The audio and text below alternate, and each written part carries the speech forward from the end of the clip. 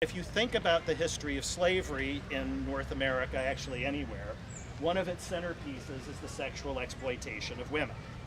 Sexual exploitation and reproductive exploitation.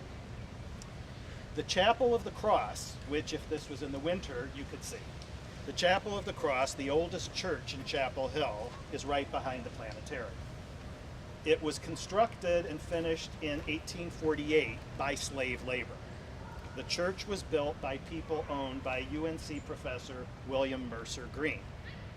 He lent the labor of his people to the university, to the church for free. That was his donation. Professor Mitchell charged the university $500 for the use of his slaves to build the walls around the campus. We have his bill. So Mr. Green was in fact making a donation. The land that the church sits on was donated by Mary Ruffin Smith. If you go on Smith Level Road, that's her road. It's called Smith Level Road because the Smith family owned the big white house that is still on Smith Level Road. In that house lived, well, at different times, 3 children, Mary Smith, Frances Smith, and Sidney Smith, and their father, James Smith. He was a physician and he was a trustee of the university. Mary donated the land and she worshiped in that church. And when she worshiped in that church, 4 of her nieces sat in the balcony. Now, who sat in the balcony? Enslaved people. So Mary Ruffin Smith, a wealthy donor to the university, sister of 2 men who were UNC graduates, Sidney Smith and Frances Smith, a lawyer and a physician, sat there and had 4 nieces who sat in the balcony. How could they be her nieces? They were the children of Sidney and Frances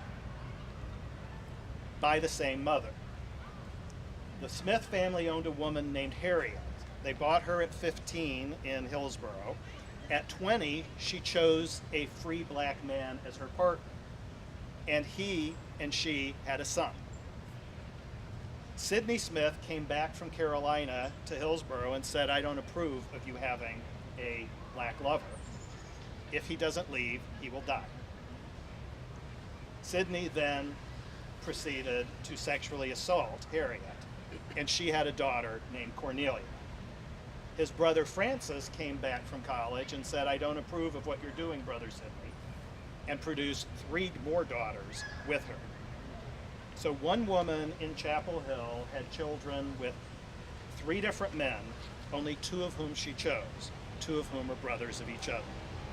The reason we know such detail about this is that the granddaughter of Cornelia, the first girl born of Sidney and Harriet, is Pauli Murray, a name that some of you are probably familiar with. Pauli Murray was a law graduate of Howard, an undergraduate graduate of Hunter College in New York, and the first black female Episcopal priest, who in 1977 delivered her first Eucharist in the Chapel of the Cross, because it's where her grandmother had been baptized as a slave.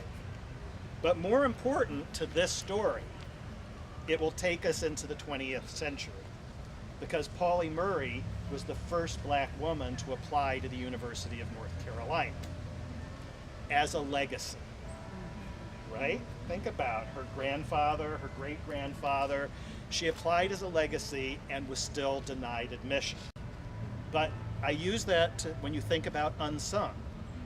If she knew that her grandmother was a slave of a trustee of the campus, and nobody was surprised when she used it in her application, exactly who didn't know this story back then and didn't know the names of the people involved? So let's move up this way and we'll talk about the most famous enslaved man on campus.